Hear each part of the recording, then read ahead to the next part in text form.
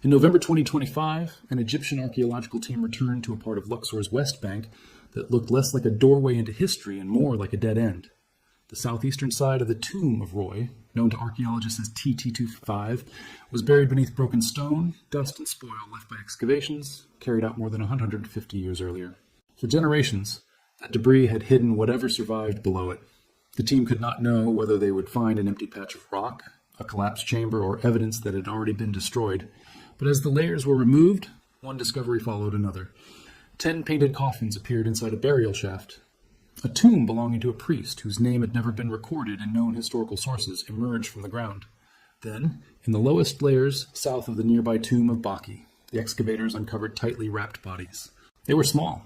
Some were larger than others. More than 30 mummified cats had been buried together beneath the rubble. The announcement immediately created a powerful image. A forgotten site opened after a century and a half, with dozens of cat mummies waiting inside. But the real story is even stranger than that image, because this was not one untouched tomb sealed for 150 years. The 150 years refers to the old excavation debris covering the area. Beneath it, archaeologists found a landscape that had been used, disturbed, protected, reused, and transformed across many centuries of Egyptian history.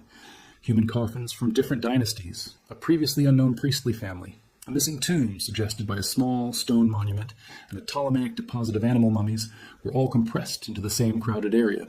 It was not a single burial frozen in time. It was an archaeological time machine with several periods stacked on top of one another. The place is Dra Abu el-Naga, part of the vast Theban necropolis on the western bank of the Nile opposite modern Luxor. Ancient Thebes was one of Egypt's greatest political and religious centers.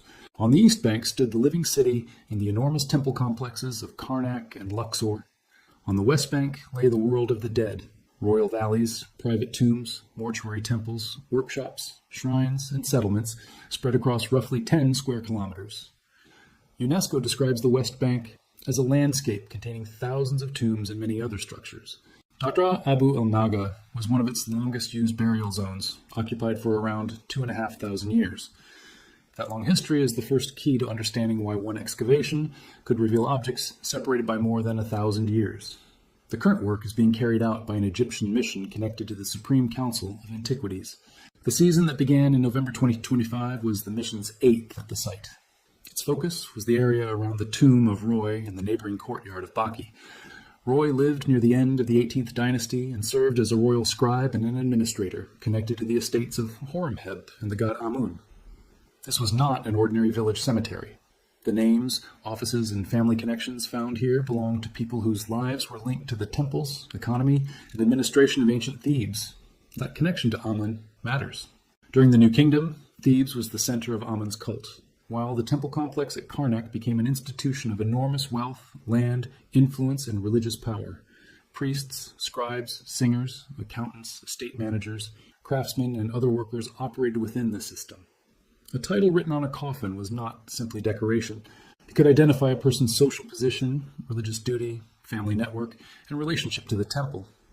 When archaeologists recover a name that was previously unknown, they are not just adding one more person to a list.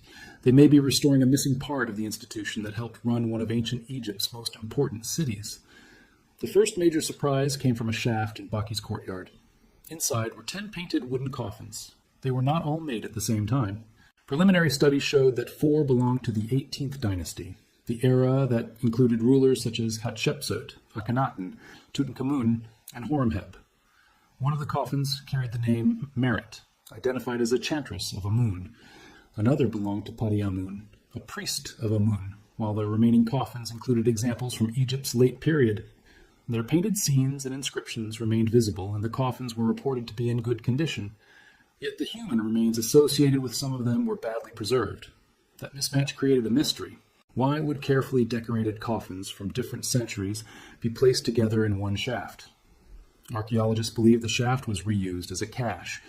At some point in antiquity, the coffins may have been moved from their original burial places and hidden together for protection. The damaged condition of several mummies suggests that disturbance had already occurred before the reburial. Tomb robbery, periods of instability, reuse of burial space, and the decay of older tombs could force ancient communities to make difficult choices about the dead. Moving a coffin did not necessarily mean disrespect. It could have been an attempt to save what remained, This changes the emotional meaning of the discovery. The 10 coffins may represent a rescue operation carried out thousands of years ago. Someone knew the original resting places were no longer safe. Someone gathered the coffins, lowered them into another shaft, and closed the space. The people performing that act may have known the names painted on the wood, or they may have been temple workers dealing with burials already centuries old. Either way, the cache preserves evidence of ancient Egyptians protecting their own past. The archaeologists of 2026 were therefore uncovering not only ancient burials, but also an ancient response to damage, theft, and loss. Among the names, merit stands out. A chantress of Amun was a woman connected to temple ritual, participating through music, song, and ceremonial performance. Such a title placed her within the religious world of Thebes. She was not a queen or famous ruler, yet her coffin survived because her position mattered to her family and community. Thousands of years later, one line of text brought her identity back. This is one reason the discovery is more important than the number of coffins alone. Monumental history usually remembers kings. Archaeology often restores the people who worked around them. But the excavation did not stop at the cache. In the southern corner of Baki's courtyard, the team uncovered a tomb belonging to a man named Aa-Shefi-Nakhtu. He was identified as a purification priest in the Temple of Amun.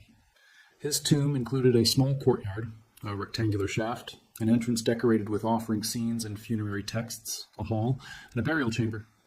His name had not been known from surviving historical sources before this excavation. The inscriptions also named his father, Padi-Amun, who held the same priestly role, and two women, Isis and Takaft, who were described as chantresses of Amun. In a few lines of hieroglyphs, an entire religious family reappeared. A father and son shared a priestly office. Two women were connected to temple music and ritual. Their titles suggest that service to Amun could run through a family, linking men and women in different sacred duties. A purification priest, often called a wab priest by Egyptologists, performed duties that required ritual cleanliness and access to sacred spaces. The discovery does not make Aa-Shefi-Nakhtu a high priest or national political figure. It does something more valuable. It shows the working levels of temple life, where many lesser-known people maintained daily religious practice. The tomb's architecture also tells a story. The courtyard created a space for approach and ritual. The offering scenes and funerary texts were designed to support the dead beyond burial. The shaft separated the world of the living from the burial chamber below. Ancient Egyptian tombs were not simply containers for bodies. They were carefully planned machines of memory. Images, names, food offerings, prayers, and family visits all helped maintain the deceased. To destroy a name was to threaten memory. To recover one is to reverse that loss. Then came another clue from a small tomb designated DP91. Archaeologists found a sandstone pyramidion carrying the name Benji, described as a scribe and noble. A pyramidion is the small capstone that could crown a pyramid-shaped structure. Officials believe it may once have belonged to a mud brick pyramid built over Benji's tomb. But the tomb itself has not been identified. The object is therefore both a discovery and a signpost. It tells archaeologists that another burial may still be hidden nearby. That possibility creates one of the excavation's strongest open questions. If Benji's monument was displaced, how far did it move? Did his mud brick pyramid collapse naturally? Was the tomb dismantled during later reuse of the area? Or is the entrance still buried beneath debris only a short distance away? Archaeology often advances through objects that point beyond themselves. A name on a capstone can become a map toward a structure that no longer appears on the surface. The smallest find may lead to the next major chamber. And then there were the cats. The team found more than 30 mummified cats in lower layers of debris south of Baki's tomb. Reports describe animals of different sizes, including domestic and wild cats, wrapped in linen and secured with strips or fabric bands. Archaeologists believe the deposit dates to the Ptolemaic period, when Egypt was ruled by the dynasty established after Alexander the Great's conquest. Although its rulers were Greek, traditional Egyptian religious practices remained strong. The Ptolemaic kings supported Egyptian temples and priesthoods, while the practice of offering animal mummies continued to flourish.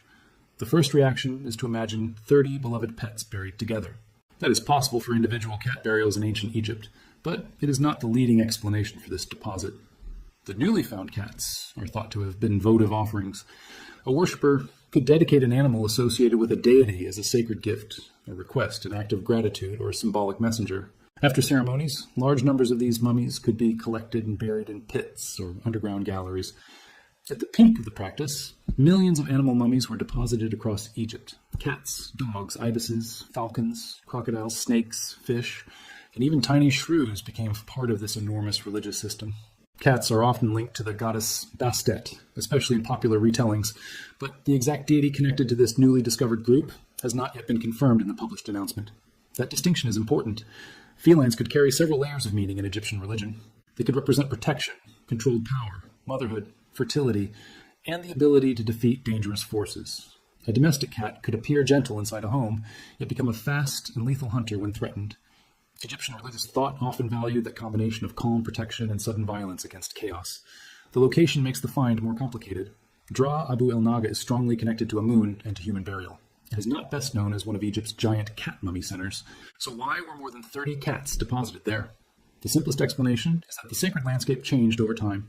A place used for elite and temple-connected burials in the New Kingdom could receive different ritual deposits many centuries later. The Ptolemaic worshippers who buried the cats were living among monuments already ancient to them. A New Kingdom tomb from around 1,000 years earlier may have seemed as distant and sacred to them as a medieval cathedral does to people today.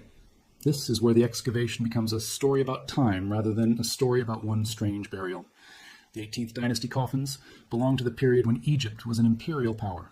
The later coffins show the area continuing to hold meaning after that age had ended. The tomb of a priestly family preserves the organization of Amun's cult. The Ptolemaic cats reveal a later form of religious dedication. Each generation entered the same landscape, but used it differently. Some built, some buried, some moved older coffins for safety, some left offerings. Others excavated and unintentionally covered nearby evidence with their spoil. The mummies themselves may still hold information that cannot be seen from the outside. Modern researchers can use X-rays, CT scans, micro-CT imaging, textile analysis, and chemical testing to study animal mummies without physically unwrapping them. Such scans can reveal whether a bundle contains a complete skeleton, selected bones, multiple animals, or symbolic material. They can help identify species, age at death, injuries, wrapping methods, and sometimes the way an animal died. Studies have shown that not every impressive animal mummy bundle contains one complete animal. Some hold partial remains or mixed materials. That does not automatically mean fraud. In a religious system based on symbolic presence, a part of an animal may have been considered sufficient for the offering. For the Luxor cats, those questions remain open. Were all the bundles complete? Were the animals young or mature? Were they local domestic cats, wild species, or a mixture? Were they raised specifically for ritual use? Did they die naturally, or were they deliberately killed to meet demand for offerings? Were all the bundles prepared by the same workshop? Did the linen come from one period and one source? Until the scientific study is published, any confident answer would go beyond the evidence. That uncertainty is not a weakness in the story. It is the real frontier of the discovery. The announcement tells us what the team found and gives a preliminary date and interpretation. It does not yet provide laboratory results, complete translations, radiological scans, or a final archaeological report. Conservation is still underway.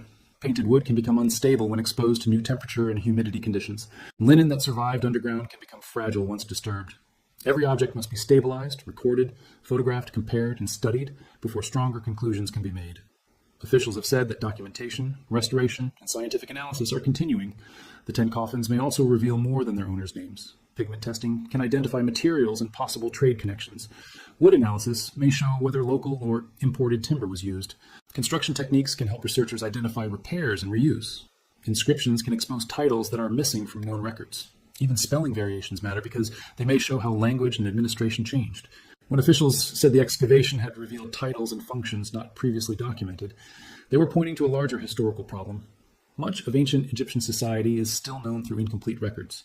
The famous kings dominate public attention because their monuments were enormous and their names were repeated across Egypt. Yet a civilization cannot operate through kings alone. Temples required singers, doorkeepers, scribes, priests, accountants, farmers, boat crews, craftsmen, guards, administrators, and many other workers.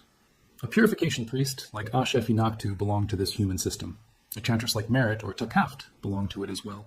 Their rediscovery gives history texture. It replaces a vague image of the ancient Egyptians with individual people whose families, jobs, and religious responsibilities can be traced. There is also a warning hidden in the 150-year layer of rubble. The debris that covered this area included material left behind by earlier archaeological work. Whether it was deliberately dumped or simply accumulated, it shows how material moved during one investigation can conceal evidence that later generations consider important.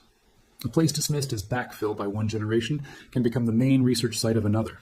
The evidence was not gone. It had been buried during the search for other evidence. Today, excavators document the exact position of finds because context can be as important as the object. A cat mummy sitting alone in a museum case can tell researchers something. More than 30 cat mummies clustered in a specific lower layer south of a named tomb and associated with Ptolemaic activity can tell them far more. The position helps reconstruct when the deposit was made and how the landscape was reused. Once an object is removed without proper documentation, that relationship may be lost forever. The title of this story may focus on the cats because they are visually unforgettable. But the deeper discovery is the coexistence of three kinds of memory. The first is personal memory, preserved in names such as Merit, Padi-Amun, Aa-Shefi-Nakhtu, Isis, Takaft, and Benji. The second is institutional memory, preserved in titles connected to Amun's temple. The third is ritual memory, preserved in the cats, offered centuries later by people whose own names may never be known. All three were hidden in the same small part of the necropolis. Nothing in the evidence requires a curse, a secret cult, or a supernatural explanation. The facts are already powerful. More than 30 animals were carefully wrapped and buried as sacred objects. 10 decorated coffins from different periods were gathered inside one shaft. A previously undocumented priest and members of his family emerged through inscriptions. The pyramidion points toward a tomb that may still be missing. And all of it survived beneath debris that had discouraged investigation for more than a century. The most shocking possibility is not that the site contained something impossible. It is that the area may still be incomplete. Benji's original tomb has not been found. The full identities of several coffin owners are still being studied. The cat bundles have not yet revealed everything inside them. Additional shafts may remain beneath surrounding rubble. In a necropolis used for around 2,500 years, the edge of one courtyard can conceal several chapters of history. So what happens next will matter. If scans show that the cat mummies contain complete animals, researchers may be able to reconstruct their ages, species, treatment, and preparation. If some bundles contain partial remains, that could reveal the scale and organization of votive production. If the coffin texts introduce new titles, they may change how scholars understand temple employment and family networks. If Benji's tomb is located, one small pyramidion will have led archaeologists to an entirely new burial. For now, the scene remains suspended between discovery and explanation. The coffins are being conserved, the inscriptions are being studied, the cats remain wrapped. The newly recovered names are entering history for the first time in thousands of years. And beneath the West Bank sun, archaeologists continue removing layers from a landscape where almost every stone may have been moved before. Every tomb may have been reused, and every empty space may only appear empty. The site was not simply forgotten for 150 years. It was misunderstood. What looked like old rubble was sealing together the remains of priests, singers, scribes, displaced coffins, lost monuments, and sacred animals from different ages. Tahe more carefully, the team cleared it. The less the site resembled a single tomb, and the more it resembled a compressed history of Thebes itself. And that leaves one final question. Were the 30-plus cats placed there because the location had a specific sacred role during the Ptolemaic period, or were they only one small deposit from a much larger animal mummy complex still hidden nearby? Until the surrounding ground is fully explored and the bundles are scientifically examined, the answer remains beneath the dust. Do you believe these cats were part of a larger ritual site, or was their burial directly connected to the older tombs surrounding them? Share your theory below. Subscribe to Past Proof because at Luxor, the past is not silent. It is still being uncovered one layer at a time.